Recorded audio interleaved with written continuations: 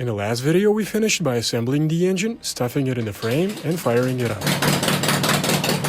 Next in line is the final gear, but as always, everything is not so simple.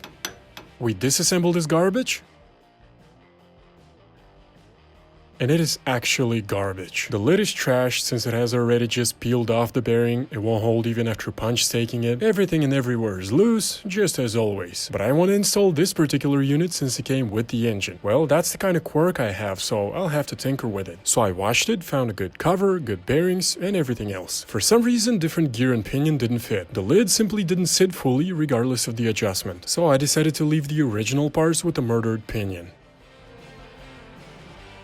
The splines on the hub were also destroyed, but I didn't want to wait several days for a new one, so I decided to assemble it the way it is. I'll buy a new hub, new ring and pinion gears later and install them. Maybe. In general, I reduced the longitudinal pinion play using adjusting shims, installed good bearings, a good cover, a new gasket and put it together. This final drive will not pull a sidecar and it won't go for long distance trips either, so purely for giving rides to my carcass once every 2 months, it's good enough.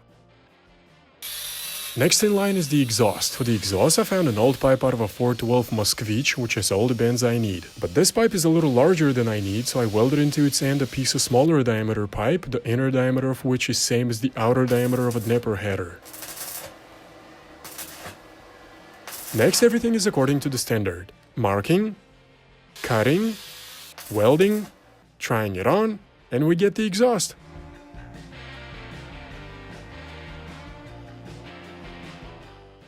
All this stuff is held on by nuts welded to the bottom of the frame. Here's one and here's the other. It's pretty solid, you won't tear it off by hand. Next I began making the seat, but while I was making it, I was sitting there staring at the exhaust. I wanted to hear how it sounds bad. So I put the seat aside for a moment and fired up the engine.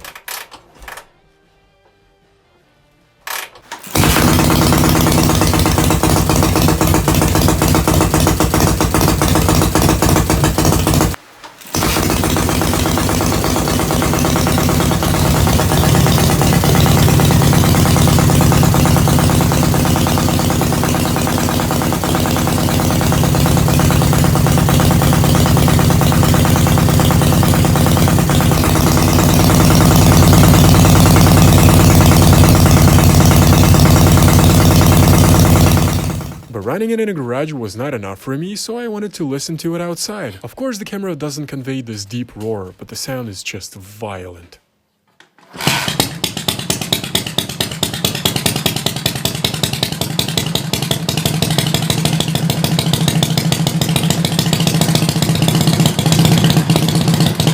It's a shame that I can't accelerate yet because we still got no throttle.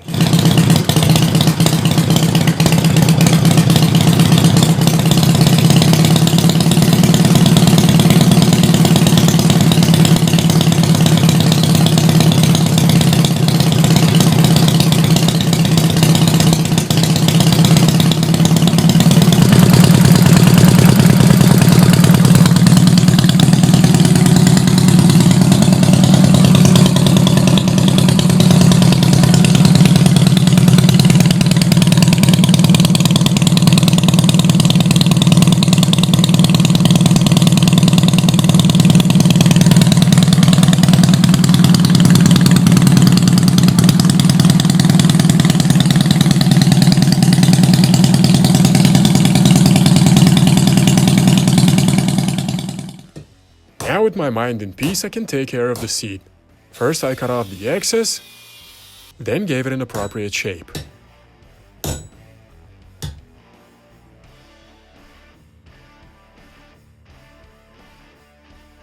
Next, welded a couple of spring mounts onto the frame and cut off the front mount from a square pipe.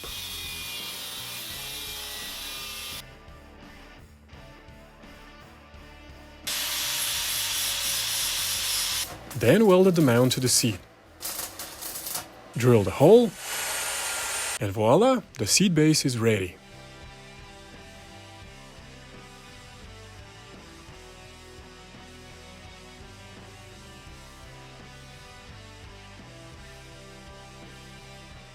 For the kickstand, I took a front shock absorber rod out of a gas 52 that was laying nearby, onto the thread on which magically threaded some kind of fork which I dug up in my scrap pile.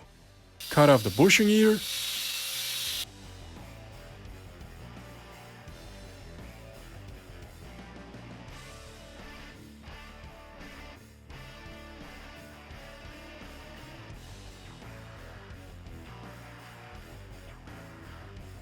Cut out the kickstand mount out of a C-channel, welded everything in place and got a beefy and reliable kickstand.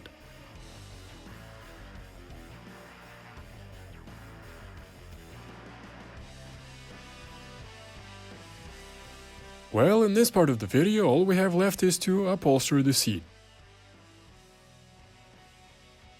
And after several days of marking, cutting, sewing and welting, I got this kind of seat.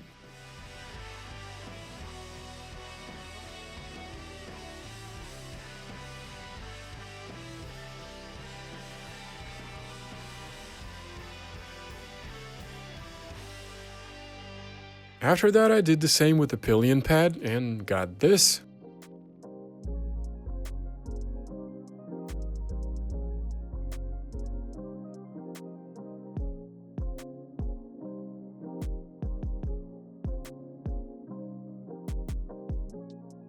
This is it for today, but we haven't yet ridden this pile of who knows what, and this will be in one of the next videos. See you next time.